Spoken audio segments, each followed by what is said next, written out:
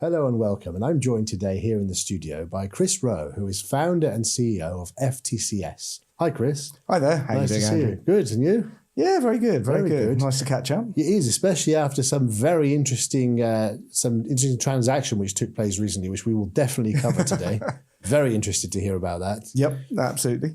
So basically, I think there's a lot of things which you and I have discussed over a period of time, which have now got more and more advanced, and one of them is how brokerages are consolidating.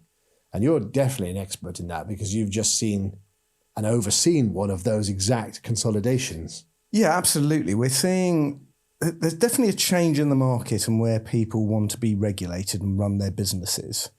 And one of the main trends I'm seeing is that brokers are sort of finding it more difficult to run 3 tier 1 regulations. There's so much onus on what they need to do, how much capital they need. If you look at the FCA, we had the original, going back, 125k license. Yes. I always affectionately call them the 150k licenses, even though that doesn't exist anymore, but effectively the STP license. If you look at them, they're going. Are they? So yes, by next year, everybody will need to be on a 750k license. Right. So that means they have to put in a escrow £750,000. Well, it's actually more than that. It's probably closer to $1 million because you've got the ICARA factors as well. So yeah, and this has been growing year across year. I can't remember. I think it's 610 is the current regulatory amount, and then it will go up to 750. But fundamentally, the FCA don't want that smaller broker. They want everybody to be a big broker. And if you're not doing a lot of business with your UK arm, then actually having £1 million held up in capital plus all the operational expenditure it's a lot of money to have. Yes. And it's not just the FCA, SISEC are doing the same, ASIC are doing the same. So people are taking the view of, do I need to have all 3 of them? Right. Or do I just go, well, actually, as long as I've got one tier 1, whatever's good for the region. And they work in different regions. ASIC and the FCA are very good in, say, the Far East. Middle East, SISEC seems to be the one that people want. So it does vary a bit, but it's quite an interesting marketplace. So we're seeing a lot of people who've got multiple licenses across different jurisdictions going, actually, I don't need the hassle of running 3 separate tier 1 licenses. Let's economize and as long as we've got one that we can show the clients to show that we're serious, that's all we need. Yes, and certainly with the way that there's been a shift in the type of product ranges that traders are trading, and therefore different regions are now relevant than they used to be. Yep. So you'd have a responsible officer here in London, because if you've got an FCA license, you have to escrow the capital and you have a responsible officer. Then you have to have a responsible office in Cyprus for the SISEC one and Australia for ASIC. This is a legacy-style business, I suppose, where you could have more fluid operations by attracting different client bases without such a lot of physical operations. But the question is, how do you do that and keep, you could keep one tier 1 license, but what do you think is the best way to keep one tier 1 license and approach such client bases from a brokerage point of view? I think the best way is to understand where your client base is, or where, not necessarily where your client base is, where you want to attract, where you want to do your business, because different regions like different licenses. The Far East is very keen on FCA. Yes, that's right. Middle East aren't really bothered whether it's FCA, ASIC or SISEC. They're probably more in line with SISEC. So it depends where you're targeting. There are a few anonymies. I think South America, it doesn't really matter which one you've got. That's a growing market now. It's a massive, LATAM is a massive. Strange, isn't it? 10 market. years ago, I went there, and it was to Peru to have a look at different introducing brokers, and it was almost impossible. Nobody had a smartphone because they were worried about personal security. Yep. And there was a lot of investment was required to educate large numbers of people in training sessions to get them up to standard. But now it's a different matter. Yeah, well, absolutely. I mean, I'm not doing too much in LATAM at the moment, but it is coming increasingly on the radar. It is. It is complex in terms of regulations because there's a lot of smaller regulators there, and it's a little bit quirky market. It hasn't quite matured, but it'll definitely get there. Yeah, I think so too. Like the Far East has. The Far East has already gone that step. That's highly advanced now. Very much so, yeah. Yeah. And also we're seeing a sort of change in the asset classes that people want to offer. Definitely. Futures are massive at the moment. Futures massive. About 3 years ago, that trend started. Yeah. With interactive brokers and comes like that, putting it onto their proprietary platforms, and other brokers had to follow to get the US listed futures. Crypto, something like 20-30% of order flow now with the retail brokerages is crypto. Some of them even more. Some of them more like eToro, companies like that. Yep. Then you have nowadays precious metal because of all the volatility. No, absolutely. Well, gold is still always. Gold is in certain areas, Yes, it is. Middle East and Far. That's right. The Far East of Asia, it's very much all about the gold markets. It is. And so it's an interesting one. I mean, I think cyclically, brokers look at new opportunities. So we had, probably about 10 years ago, it was all about crypto. Yeah. Then it sort of went, 5 years later to cash equities. Now it's at futures. And it's interesting, where are we going to go next? What's going to be the 2030 trend? Is it going to be tokenization? That's right. Which I still feel will take off at some stage. It should do, because it might even be driven by some factor outside the industry. Yeah. For example, if you look at the younger generation who are now after university and they're into a very good career and so forth in Western societies, they can't afford, even if they have a down payment for a house, the mortgage company won't give them a mortgage because the multiples that you need to get a mortgage are 3.5 times the salary in most Western countries. Yeah, totally agree. The house and the apartment is more than that, so they can't. So what they might start doing is the mortgage things might become obsolete, and you'll end up with tokenized real estate, which exists, but it's fringe. It might become more mainstream. Yes, and that, as you say, to me, that's probably the most logical one out there. But I'm still amazed it's not mainstream. Yes, I am too. Because it removes debt, no mortgage. Yep. You can buy small amounts and increment it rather than having to pay a bank and interest. It's easy to get in and out of. If you're buying a share of a property, it's really very complicated. But certainly in this country, it's very complicated in the UK. But if you could tokenize it so that the property is owned by the holder of the sort of the tokens, and therefore you're just selling your tokens, it means the property ownership doesn't change. That's right. No changes to the deed, titles, or anything else. It just makes it so much easier. Yes, and no need to wait for approvals or have to have a mortgage inspection and all these different things. Then borrow and have a lien against the title. You just trade on exchange. Yeah. So that's a very effective and much cheaper. Yeah. So I'm amazed that hasn't taken off yet. I am as well. Because it revolutionizes. It gets you out of a position where you have a lifetime of servitude to debt. Yeah. Yeah. So it's actually a very good idea. Well, it's an ideal way for the younger generation to get on the property ladder and benefit from the increases in property value, even if they don't own. Even if they rent where they live, they could own lots of shares in various different properties, and therefore you have a spread load and you have a spread risk. I absolutely agree with that. Yeah, quite a good idea. Yeah. So sorry, we're moving off the trading space. We are, but it's still an interesting thing. Interesting. Yeah, we haven't discussed that before. But it is relevant because, of course, if you're looking at the way that these different asset classes are now popular, and the brokerages that are maybe are not equipped to manage those asset classes and can't go down that road and don't have control over their own back end or infrastructure, then they will have to reinvent themselves somehow. And that's very difficult because your client base is used to a specific way. Your maybe brokerages that don't have control over their own infrastructure, they have more of a sales-based model where they have lots of sales teams calling and attracting leads and clients. They will have to remove that and go to a more user experience driven model where they can accept different front ends and a different type of more experienced trader that maybe develop their own systems and can plug them in by API and offer different product ranges. That might lead to a consolidation.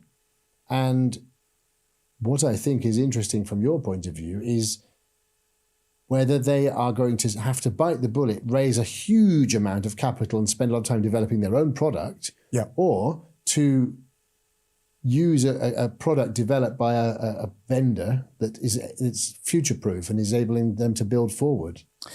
Yeah, it's a very interesting, conversation about the build and buy situation. And I always use the analogy of the motor industry because I find it quite an interesting one. You know, Volkswagen produces 10 million cars a year, or used to, probably doesn't quite at the moment with everything that's going on. They buy their tyres from Continental and Pirelli and Michelin. They buy their electronics from Bosch. They do. Different parts of their technology they will buy from vendors who are specialised in that technology. That's right. Now, Volkswagen Audi Group would have enough money to create their own tyres.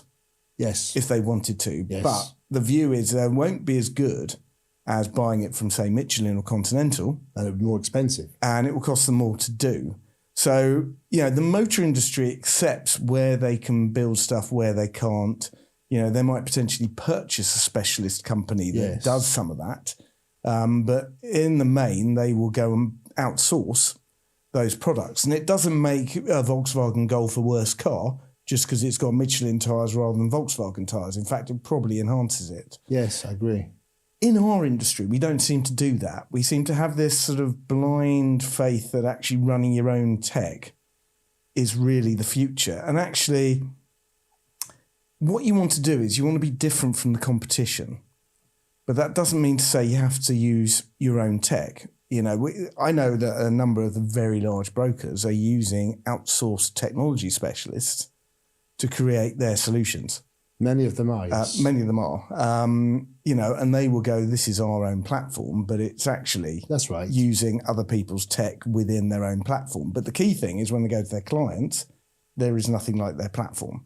Yeah. And that's all that really matters. But developing your own technology, if you speak to any of the technologists out there, we've spoken to numerous ones individually, they will tell you how difficult it is to create really good tech. It's very difficult, and it takes years. Yes. It can take 7 to 10 years to develop back end. Front end take you a bit of time, but the back end core trading engine is the real issue. And that takes many, 7 to 10 years. Yep. You need 50 to 100 developers on site, which will cost a fortune. The whole development cost we know that it costs between 70 to $100 million to do that over a period of time. And then by the time you've developed it, you have to start developing again and keep developing on top of it. Yes. And you got to keep up with everything that's going on out there, reacting to the marketplace. Yes. So it's, to me, I think where the market is moving is people want to brokers want to look individual. They do. They have to now. They have to. They all have to have a MetaTrader platform. That is the standard process. That's how they attract their clients on board. But they all want to have their own standalone platform as well. That means that once people come on board and, they move off MetaTrader into their standalone platform, then they're far more sticky and are less likely to move off. That's exactly right. So that's why, the big players out there do that, and, why they all have MetaTrader. And MetaTrader is still the gold standard for any of the platforms out there in terms of what the clients are looking for, their end clients. So, there's been talk about, what is the future of MetaTrader. It will keep going, but I think the market will fragment a bit. That's what I think too. It will keep going, of course, because it suits a specific type of company. Yes. And however, there are two ways that particular type of company could go. If you're a small business, you might want to take an off-the-shelf system which doesn't allow you any control over the back end so that you can concentrate on business operations and sales and things like that. But then if that business succeeds to a high critical mass and it gets to a certain level of maturity, then you have a choice of you have to reach a ceiling. Yep. You have to try either reinvent yourself by having a completely new back end and new infrastructure, which is a very, very big process, or you go from you have to build your own. Yeah. And that's both hard to do. So I think one way to do it is to have a back end which is made by a specialist vendor, and then have that as a core trading engine, and then allow traders to come along and plug in their own front ends or use different front ends for different regions and asset classes, and maybe have one for professional trades or listed derivatives or crypto or something like that. Because the user experience, as you rightly say, is now the key factor. Yep. Traders are not being told how to trade anymore. They're coming from because the electronic trading industry in the retail space is now 3 or 4 decades old. People have grown up with it and they're not having to be taught it anymore. So they're coming from intuitive crypto platforms or other other apps that are not to do with money investing apps that are all in one place. They look great. They've got the sort of concept of the super app. Yes, the super app. Yeah. So you have these very simplified, very well organized, well designed user experience, and now everyone expects that. So you have to, and the development cycle is quick, rapid. Yeah. So you have to keep up with that and keep offering a new experience and a good quality, engaging experience. And the only way to do that is to have some control over the back end. Whether you own it or lease it is another thing, but you have to have some control over how it can accept the front, how it can produce a user experience to the end user. I mean, the challenge, multi-asset is one of my favourite misused terms. It is a misused term. And, someone goes, well, we do futures and options, so we're fully multi-asset. Yes, but they might be CFDs. Or FX and CFDs is the classic one. Yeah, we're doing two asset classes, so we're multi-asset. Or multi-asset meaning FX, CFDs, commodities and precious metals, but they're all CFDs. Yes. So that's not multi-asset, it's just multi-instrument. Yes, and you're absolutely right there. And the amount of conversations where I have where people go, oh yeah, we're doing cash equities. And I'm going, right, as a CFD or as a cash equity? And crypto's the other one. It is. And most of them, they say crypto, but they're CFDs. It's a CFD crypto. So offering spot crypto is another matter. And you have to offer a different user experience, different type of environment. Yes. Different type of consumer, different type of trader, different mentality. Even the crypto companies, when you look at the crypto companies, if you go inside a crypto office, which I'm sure you do as much as me, you go in and the totally different culture, mentality, age range, different educational background, different everything. You have the traditional fintech people who have been to a master's degree in computer science and things like that. Yeah. And then they've gone into work for Goldman Sachs or something as an algo trader. And then they develop a brokerage, build up a brokerage, and they know exactly. It's a very educated, very long process. Yeah. And brings up these very astute people. Crypto could be a 22-year-old guy who's on a sofa in Hawaii or something, or in Medellin in Colombia, as a remote worker, just blogging about something and attracting an audience. No, I agree, and we see it. I mean, you must have seen this as well. That when you sort of connect into broker APIs, they tend to, especially if it's fixed, it tends to be very mature. You don't tend to have any issues with it. You start going to crypto APIs and. As you say, it's some guy sat in his bedroom at his parents' house, doing it, and they're not as clean. No, they're not in terms of how they operate. It's a totally different way of founding. It's a total startup culture, and based on a lot of creating imagery and trying to get an audience and a community based around Telegram and things like that. Yeah. And then they go to try and attract capital, saying we've got this community, and then they have to try and build for the community. Whereas the FX business, the traditional fintech, is about engineering and building things and bank experience. Yeah. And then when it's ready to market, you go to market with a ready product and then you have to keep refining it. They don't go to market with a ready product. They get the audience, drum the hype up, and then try and get something in place. And it's an interesting comment there because I'm working with one vendor on the technology side that looks at, using the apps more effectively within a brokerage business. And I think the days have gone of telling your clients how you want to be contacted. They want to use the technology that they're using. Yes. Whether it's Telegram, Discord, Line, Messenger, whatever. They don't want to necessarily use things like email. No, younger generation don't. No, they don't. My son, if I send him an email, I know he won't read it. If I send him a WhatsApp, I will get a response. Yes, exactly. And actually, if I was on Snapchat, I would get an instant response. Yeah, exactly. So it's using that technology, and I find that quite interesting. That things like the way that messaging apps should integrate into the whole setup. And that's very interesting you say that, because there are some brokerages around who have got Discord channels and things like that, but it's reasonably rare. Whereas all of the crypto industry, everyone uses Telegram. Yeah, and they have communities based on that. And in China, which is a leading WeChat, exactly. Yeah. So in China, where you have which leads the world in everything. Yeah, they are way ahead of everybody everywhere by years in every industry sector. Yeah, and a few years ago, but it must be getting on for a decade ago. I was in a conference in Shanghai and one of the panelists sitting next to me was a WeChat executive. And she explained that at that time there were 950 million WeChat users in China, and it was all integrated into every aspect of life. the platforms had it's was integrated. Nobody used email, even in a commercial setting. No. Everything was done via WeChat, and it was all integrated into every area of everything: company software, mobile phones, no, I agree. everything. I think it's interesting when you look at WeChat. It's an amalgamation of different solutions. Yes, so, it is. You know, in the West, we have messaging apps. You know, on my laptop, I've got WhatsApp, Telegram, Teams, and it's a bit painful because I'm having to sort of go between, you know, all three of them. And there's a lot of white noise on Telegram as well, I find. There is. Which doesn't sort of happen on WhatsApp. That's right. You know, but I'm just looking at three. I don't have Discord or Line. No. I have Messenger, but nobody ever messages me on Messenger. But it's very complex to manage if you start, you know, and that's why it's quite interesting working with tech vendors who actually look at that and go, let's make that easy. 100% right. And this is the way to look at it. The WeChat is a good example. And as you say, it's amalgamation.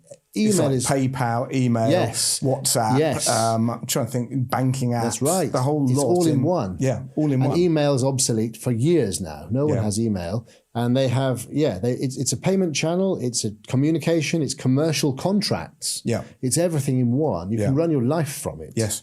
So that is the way now that the trading apps have to go, because the fragmentation, brokers are now saying, you probably have similar experience, but brokers say, well, we've got fragmented back ends. We've got this back Iris for this. We've got, another company for this and another company for CFDs and whatever.